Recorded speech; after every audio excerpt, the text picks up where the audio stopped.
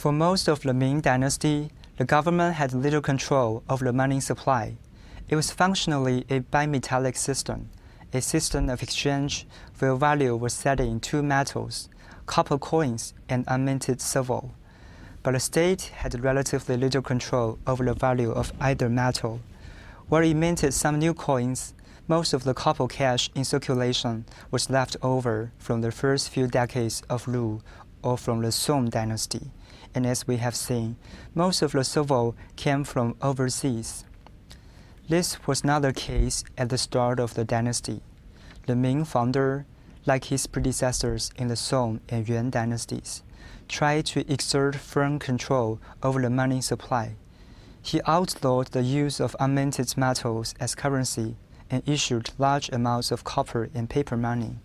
As in the Song, the paper money was a fiat currency. It could not be directly exchanged for precious metals, but was instead backed by the power of the state.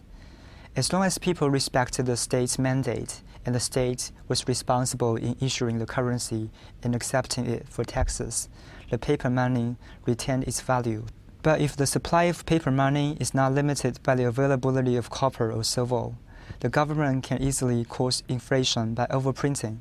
Governments can be tempted to literally print money to pay for things. This is precisely what happened in the early Ming. First, the Hongwu emperor printed large amounts of paper bills to finance public works, a necessary measure given the destruction that had taken place during the late Yuan civil wars. By the end of his reign, the paper money was being exchanged at 1/3 of its face value. Under the Yongde emperor, this tendency accelerated as the government printed money to pay for repairs to the Grand Canal, moving the capital to Beijing, and Zheng He's Great Fleet. By the end of his reign, paper money floated at less than 1/10 of its face value. Inflation hurt the people in two ways. First, it functioned as an extra tax. The government frequently paid for things in low-value paper bills and demanded payment in goods or copper cash that were far more valuable than the face value of the inflated paper money. Second, it caused uncertainty. Storing money or trading with paper became a risk because the market value of the paper money might decrease if the government printed more. People preferred to store and trade with copper coins, whose value was ensured by the value of the copper itself. This led to hoarding of copper, which drove its value even higher. Copper was also impractical for high-value or long-distance trade because its value was low for its weight. Until the advent of the 20th century machinery, coins produced by casting were impossible to strictly control for weight. I should add, Spanish coins do make it to Ming at the very end of the dynasty. In the long term, there were two main outcomes to the inflation of the paper money supply. First, there was a long depression for most of the 15th century, as trade was suppressed both by policy and by lack of sufficient money for exchange. Second, merchants turned to silver for trade. By the mid to late 15th century, the government changed its policy to reflect these practicalities. Trade in silver was allowed, and taxes was calculated in both copper cash and by weight of silver. As the Ming economy recovered from the 15th century recession, there was substantial demand for silver to enable long-distance trade. This was the situation heading into the 16th century, when Japanese and later New World silver poured into the Ming economy to meet the demand for currency. By this point, the government had largely given up on trying to control the money supply and turned its attention to other types of policies in an attempt to control the economy. The single whip. The Ming tax system had two primary components, the land tax and the service levy, also known as corvée. The land tax was collected in kind, in grain and clothes. Each household was assessed a tax based on the amount and quality of land they owned. The specific type of tax depended on the region and type of land. In some places, it might be assessed in wheat, in others, rice, and in some places, both. The service levy was also collected in kind. Each household owed a number of days of labor of a certain type.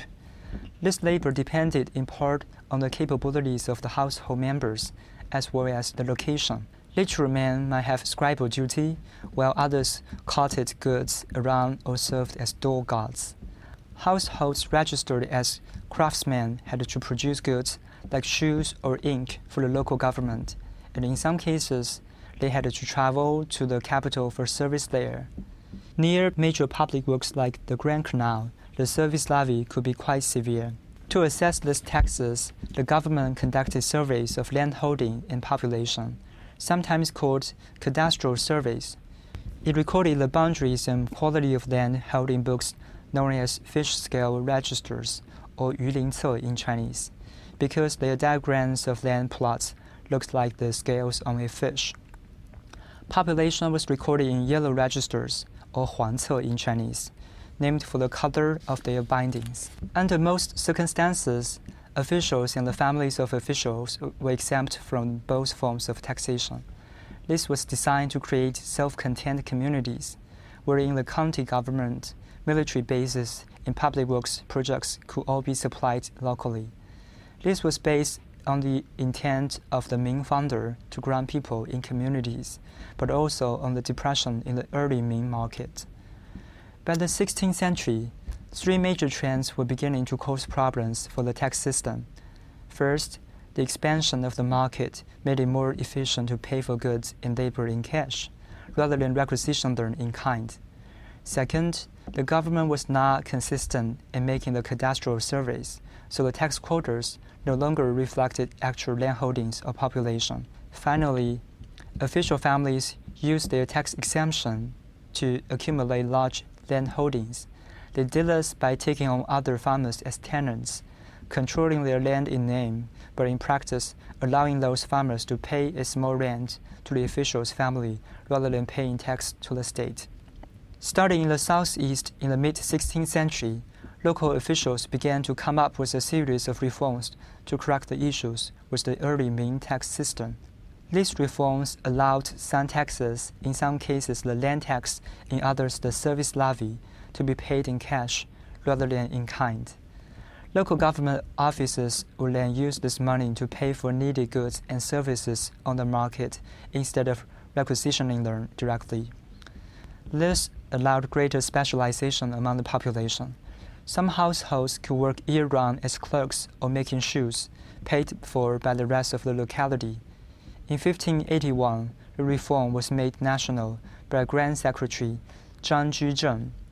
He also ordered another round of cadastral surveys to ensure that the tax burden more accurately reflected actual population and land holdings, and to fight the dominance of official families. The reforms were highly controversial and faced vehement opposition. Ultimately, many tax payments were monetized across the empire. This merely systemized a set of reforms that had already been underway and closely reflected the economic realities of the mid-Ming society. But the reforms did not change the vast and overlapping bureaucracy that had grown up around the self-sufficient ideals of the early Ming.